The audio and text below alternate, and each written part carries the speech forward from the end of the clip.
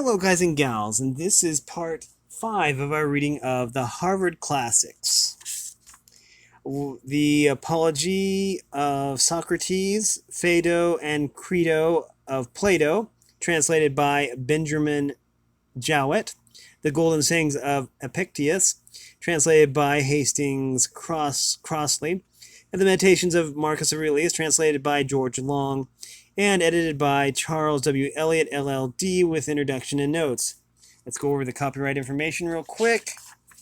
This book is copyright 1980, 1937, and 1907 by Grolier Enterprises Corporation and manufactured in the United States. Now, in the last part, we started reading Phaedo, which is another play. And they were going over the last people to see Socrates alive before he was given poison and he died. But anyways, so they were going over this long list of names that I was stumbling over, but we're going to go back just a little ways. Anyone else? I think that these were about all. And what was the discourse of which you spoke? I will begin at the beginning and endeavor to repeat the entire conversation. You must understand that we have been previously in the habit of assembling early in the morning at the court in which the trial was held, and which is not far from the prison.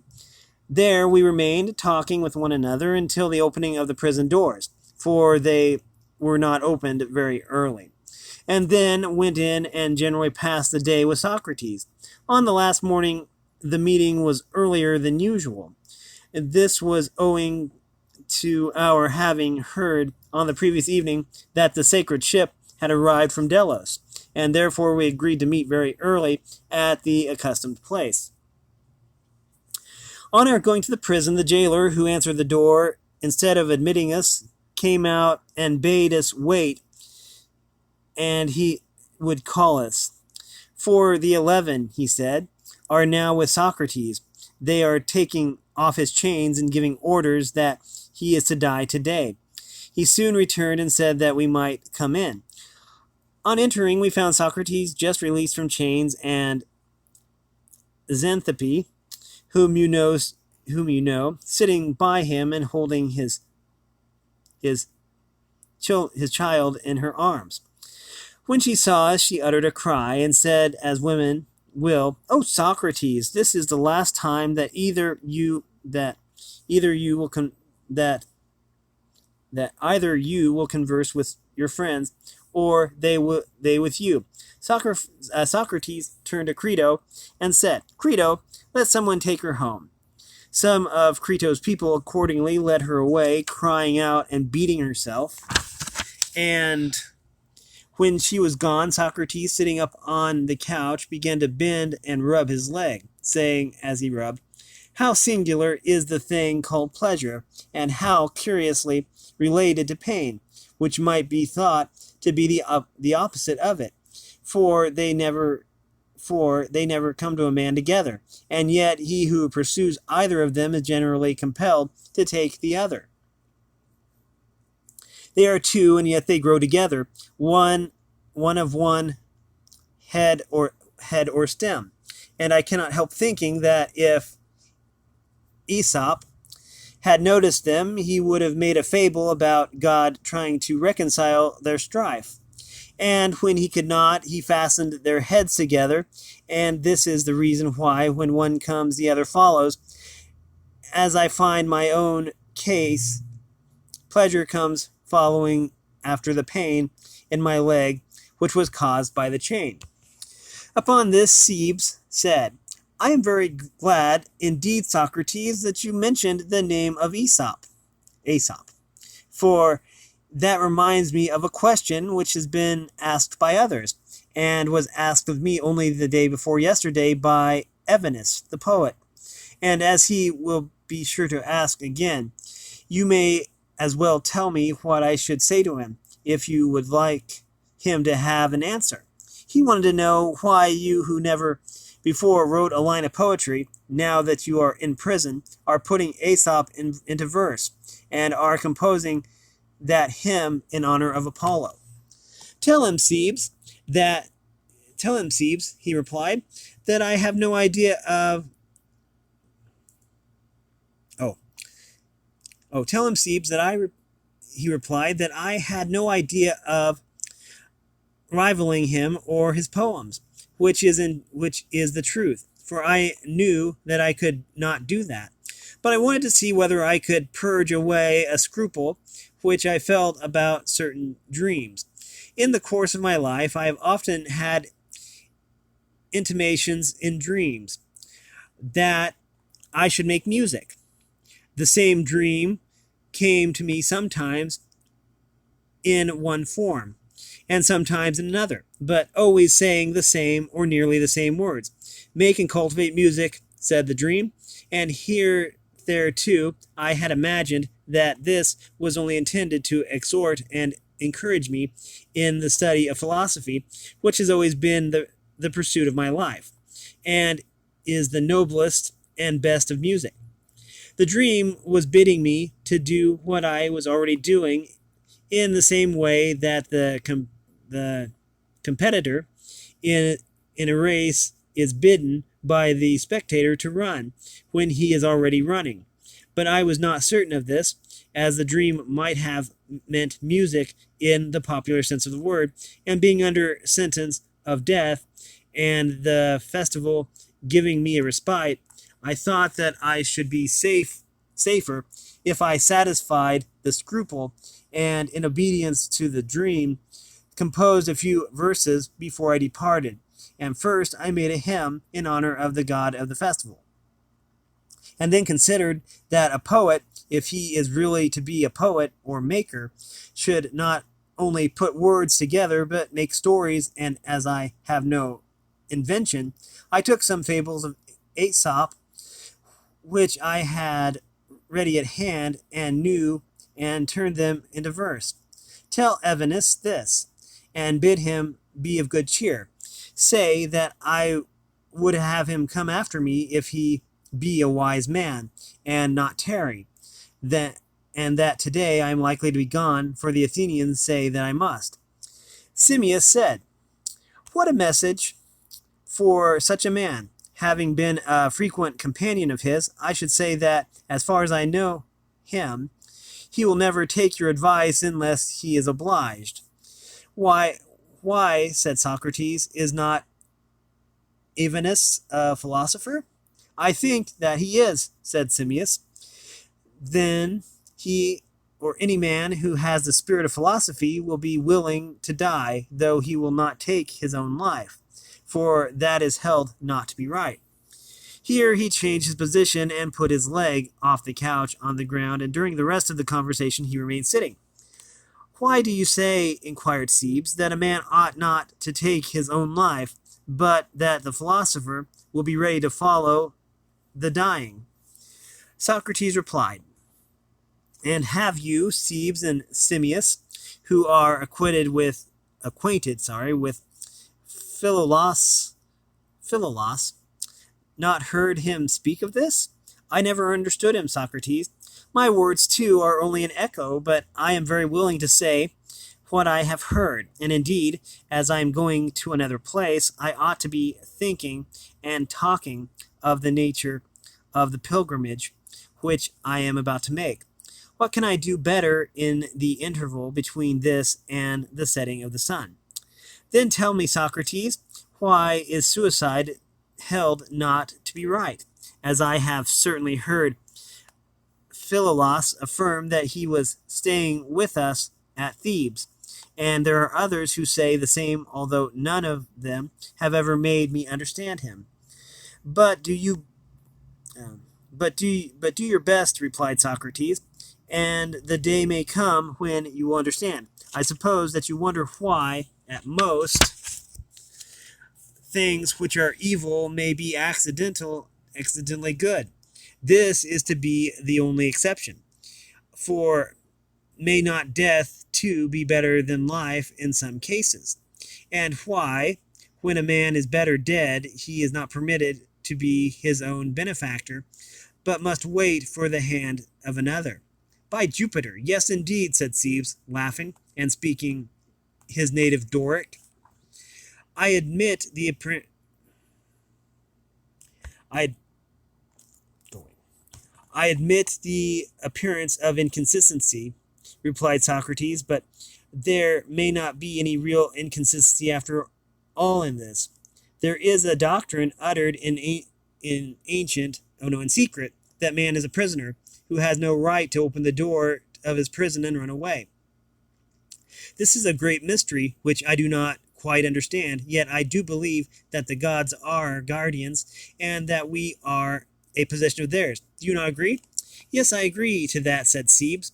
And if one of your own possessions, an ox or an arse, for example, took the liberty of putting himself out of the way when you had given no intimation of your will that he should die, would you not be angry with him, and would you not punish him if you could? Certainly, replied Cebes. Then there may be reason in saying that a man should wait and not take his own life until God summons him, as he is now summoning me. Yes, Socrates, said Cebes, there is surely reason in that. And yet, how can you reconcile the seemingly true belief that God is our guardian and we his possession, and that willingness to die, which we are attributing to the philosopher? That the wisest of men should be willing to leave this service in which they are ruled by the gods, who are the best of rulers, is not reasonable, for surely no wise man thinks that when set at liberty he can take better care of himself than the gods take of him. A fool may perhaps think this, but he may argue that he had better run away from his master, not considering that his duty is to remain to the end and not to run away from the good, and that there is no sense in him running away. But the wise man will want to be ever with him who is better than himself. Now this, Socrates, is the reverse of what we just now said. For upon this view, the wise man should sorrow, and the fool rejoice at the passing out of life. The earnestness of Cebes seemed to please Socrates. Here, said he, turning to us, is a man who is already inquiring and is not to be convinced all in a moment, nor by every argument. And in this case, added Simmias, his objection does appear to me to have some force. For what can be the meaning of a truly wise man wanting to fly away and lightly leave a master who is better than himself? And I rather imagine that Cebes is referring to you. He thinks that you are too ready to leave us and too ready to leave the gods who, as you acknowledge, are our good rulers. Yes, replied Socrates, there is reason in that. And this indictment, you think that I ought to answer as if I were in court. That is what we should like, said Simmias. Then I must try to make better impression upon you than I have, than I did when defending myself before the judges. For I am quite ready to acknowledge, Simmias and Cebes, that I ought to be grieved at death, if I were not persuaded that I am going to other gods who are wise and good. Of this I am certain, as I can be of anything of the sort, and to men departed, though I am not so certain of this, who are better than those whom I leave behind. And therefore I do not grieve as I might have done, for I have good hope that there is yet something remaining for the dead, and, as has been said of old, some far better thing for the good than for the evil. But do you mean to take away your thoughts with you, Socrates and Simmias? Will you not communicate them to us? The benefit is one in which we too may hope to share. Moreover, if you succeed in convincing us, that will be an answer to the charge against yourself. I will do my best, replied Socrates, but you must first let me hear what Phaedo wants, if he was going to say something to me. Only this, Socrates, replied Phaedo. The attendant who is to give you the poison has been telling me that you are not to talk much, and he wants me to let you know this, for that by talking heat is increased, and this interferes with the action of the poison. those who excite themselves are sometimes obliged to drink the poison 2 or 3 times. Then, said Socrates, let him mix his business and be prepared to give the poison 2 or 3 times if necessary. That is all. I was almost certain that you would say that, replied Crito, but I was obliged to satisfy you. Never mind him, he said. And now I will make answer to you, O my judges, and show that he who has lived as a true philosopher has reason to be of good cheer when he is about to die, and that after death he may hope to receive the greatest good in the other world. And now this may be Simmias and Cebes. I will endeavor to explain, for I deem that the true discipline of philosophy is likely to be misunderstood by other men. They do not perceive that he is ever pursuing death and dying. And if this is true, why having had the desire of death all his life long, should he repine at the arrival of that which he has been always pursuing and desiring? Simmias laughed and said, though not in a laughing humor, I swear that I cannot help laughing when I think that the wicked world will say, think what the wicked world will say when they hear this. They will say that this is very true, and our people at home will agree with them in saying that the life in which philosophers desire is truly death, and that they have found them out to be deserving of the death which they desire. And they are right. Simmias is saying this, with the exception of the words, they have found them out, for they have not found out what is the nature of this death, which the true philosopher desires, or how he deserves or desires death. But let us leave them and have a word with ourselves.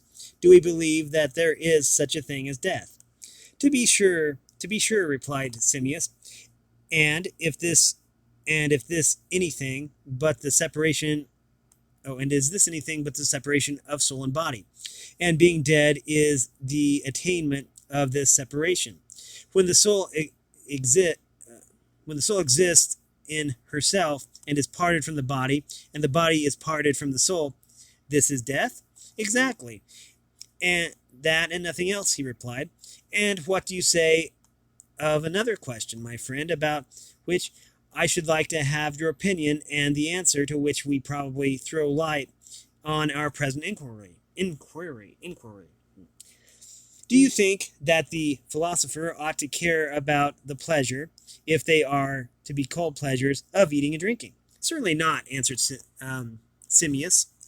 And what do you say of the pleasures of love? Should he care about them? By no means. And will he think much of the other ways of indulging the body, for example, the acquisition of costly raiment or sandals, or other adornments of the body, instead of caring about them? Does he not rather despise anything more than natural needs? What do you say? I should say the true philosopher would despise them. Would you not say that he is entirely concerned with the soul and not with the body? He would like, as far as he can, to be quit of the body and turn to the soul? That is true. In matters of this sort, philosophies, above all other men, may be observed in every sort of way to dissever the soul from the body. That is true. Whereas Simmias, the rest of the world are of opinions that a life which has no bodily pleasures and no part in them is not worth having, but that he who thinks nothing of bodily pleasures is almost as though he were dead. That is quite true. What again shall we say of the actual acquirement of knowledge? Is the body, if invited to share in the inquiry, a hindrance or a helper? I mean to say, have sight and hearing any truth in them? Are they not, as the poets are always telling us, inaccurate witnesses? And yet, if even they are inaccurate and indistinct, what is to be said of the other senses? for you will allow that they are the best of them. Certainly, he replied. Then when does the soul attain truth? For in attempting to consider anything in company with the body, she is obviously deceived. Yes, that is true. Then must not existence be revealed to her in thought, if at all? Yes. And thought is best when the mind is gathered into herself, and none of these things trouble her, neither sound, nor sight, nor pain, nor any pleasure, when she has as little as possible to do with the body, and no bodily sense or feeling, but in aspiring after being. That is true.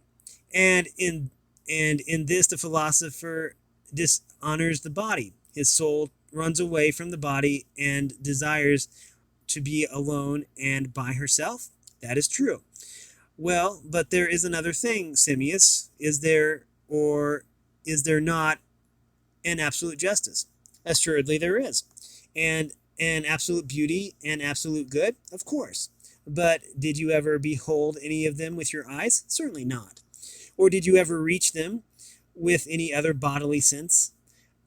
And I speak not of any alone, but the absolute greatness and health and strength and of the essence of true nature of everything. Has the reality of them ever been perceived by you through the bodily organs? Or rather, is not the nearest approach to the knowledge of their several natures made by him who so orders his intellectual visions as to have the most exact conception of the essence of that which he considers? Certainly. And he attains the knowledge of them in their highest purity, who goes to each of them with his mind alone, not allowing, when in the act of thought, the intrusion or introduction of sight or any other sense in the company of reason, but with the very light of the mind, in her clearness, penetrates into the very light of truth in each. He has got rid, as far as he can, of eyes and ears, and of the whole body, which he conceives of only as a disturbing element hindering the soul from the acquisition of knowledge when in company with her.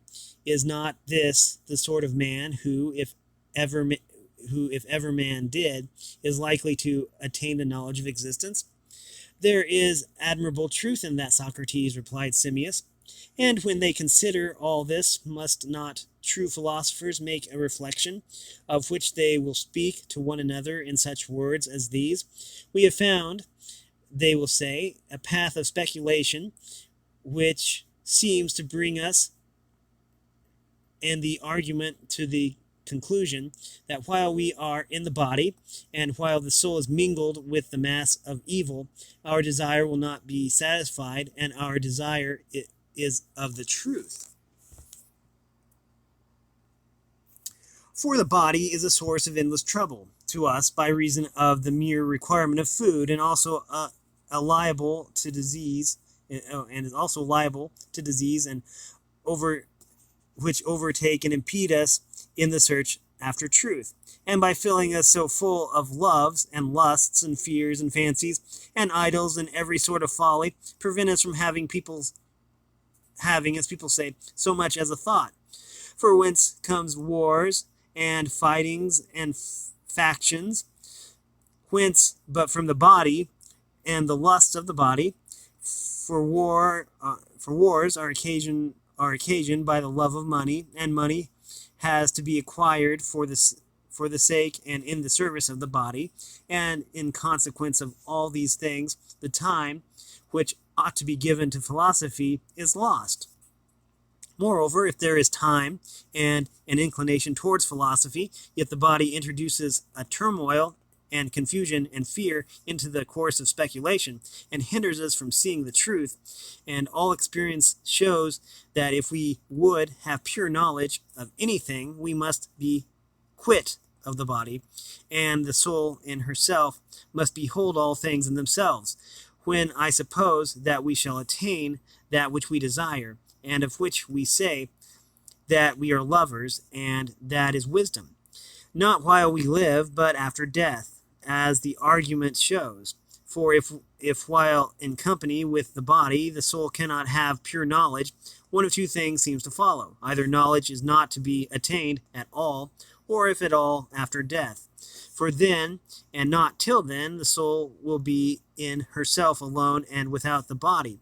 In this present life, I reckon that we make the nearest approach to knowledge when we have the least possible concern or interest in the body, and are not saturated with the bodily nature, but remain pure until the hour when God himself is pleased to release us. And then the foolishness of the body will be cleared away, and we shall be pure and hold converse with other pure souls, and know for ourselves a clear light everywhere. And this is surely the light of truth, for no impure thing is allowed to approach the pure. These are the sort of words, Simmias, which the true lovers of wisdom cannot help saying to one another, and thinking, you will agree with me in this. Certainly, Socrates. But if this is true, O my friend, then there is great hope that going whither I go, I shall there be satisfied with that which has been the chief concern of you and me in our past lives. And now that the hour of departure is appointed to me, this is the hope within which I depart, and not I only, but every man who believes that he has his mind purified. Certainly, replied Simmias. And what is purification but the separation of the soul from the body? As I was saying before, the habit of the soul gathering and collecting herself into herself out of all the courses of the body, the dwelling in her own place alone, as in another life. So also is this, as far as she can, the release of the soul from the chains of the body. Very true, he said. And what is that which is termed death? By this very separation and release of the soul from the body. To be sure, he said, and the true philosophers, and they only study and are eager to release the soul. Is not the separation and release of the soul from the body their especial study? That is true. And as I was saying at first, there would be a ridiculous contradiction in men studying to live as nearly as they can in a state of death, and yet repining when death comes. Certainly. Then Simmias, as the true philosophers are ever studying death, to them, of all men, death is the least terrible. Look at the matter in this way. How inconsistent of them to have been always enemies of the body and wanting to have the soul alone. And when this is granted to them, to be trembling and repining instead of rejoicing at their departing to that place where, when they arrive, they hope to gain that which in life they loved. And this was wisdom. And at the same time, to be rid of the company of their enemy. Many a man has been willing to go to the world below in the hope of seeing there an earthly love, a wife or son, and conversing with them. And will he, who is a true lover of wisdom and is persuaded in like manner that only in the world below can he can worthily enjoy her, still repine at death? Will he not depart with joy? Surely he will, my friend, if he is a true philosopher, for he will have a firm conviction that there only and nowhere else can he find wisdom in her purity. And if this is true, he would be very absurd, as I was saying, if he were to fear death. Oh. We need to stop it here. If you like this we've been reading from the Harvard Classics, and we've been reading from Phaedo. Anyways, by Plato. Phaedo by Plato. Okay, that kind of rhymed. But anyways, if you like this content, make sure you like and subscribe and ring the bell so you know when I upload. Also, if you support me in any way, or if you want to join the Discord server, all the information will be in the description below. As always, thanks for watching, everyone, and have a great day.